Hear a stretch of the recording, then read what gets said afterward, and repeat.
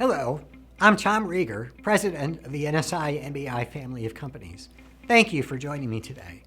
I'd like to start out by telling you a little bit about our organization, its history, and how we can help organizations such as yours to get the most out of your data and make better decisions to maximize mission success. Back in 2007, Dr. Robert Popp, then a deputy director at the Defense Advanced Research Projects Agency, or DARPA, had a simple but profound idea. All too often, the human side of the environment was not being fully considered in the analytical and decision-making process. But at the end of the day, nations are not just pieces of land, but collections of people who all share a national culture, identity, and common purpose. The reality, dreams, and challenges and motivations from top leaders to everyday people just struggling to get by was the missing piece of the puzzle. Dollars were wasted, opportunities were lost, and moral outrage grew. To address this shortcoming, Dr. Popp assembled a staff of leading experts in different aspects of human behavior analytics, and NSI was born.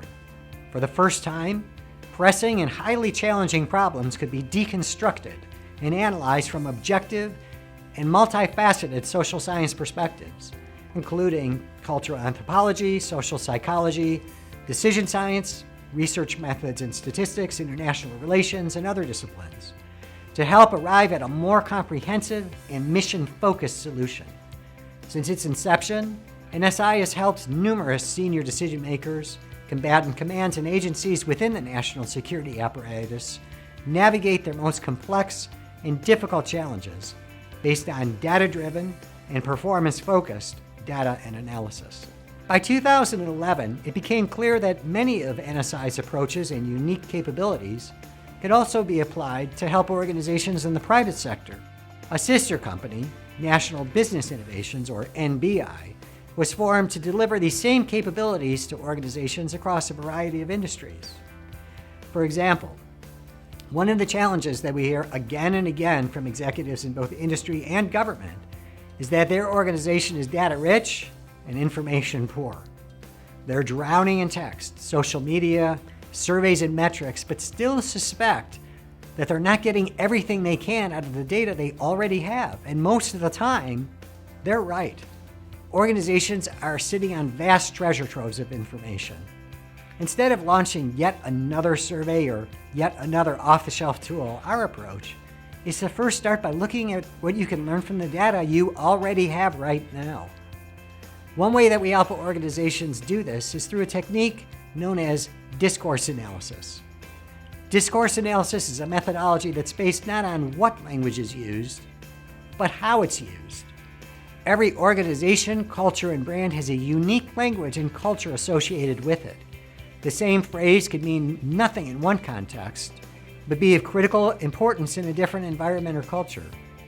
By applying this technique to data that already exists, we've helped organizations more accurately predict brand usage, improve their service offerings, increase efficiency, and better understand an adversary or competitor in most cases without having to collect any additional primary data whatsoever. So before wasting millions of dollars on the latest fad in metrics and tools, I urge you to make sure you first look inside your own vast storehouse of information and see what you can discover. Let me give you an example.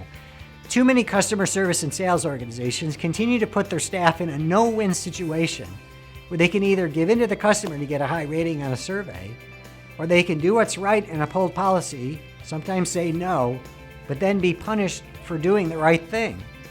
Whether it's satisfaction or willingness to recommend or level of effort, there's an ever-changing parade of this year's best happy metric that's always presented as a magic bullet. But in the end, while they're all good questions, customer service and sales personnel inevitably end up being managed day to day based on virtually the same set of key drivers, no matter which satisfaction variable you choose.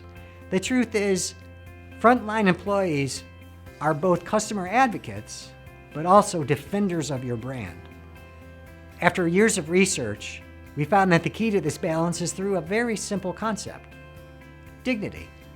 If you help the people you deal with to maximize their capacity to live by their own standards and principles, employees and customers alike, and support the three main pillars of dignity, the benefits are astounding.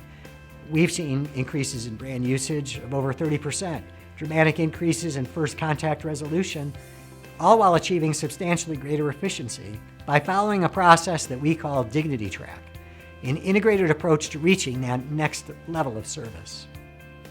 The current level of dignity in your organization, more often than not, can be derived through discourse analysis of the interactions you most likely are already capturing from customers.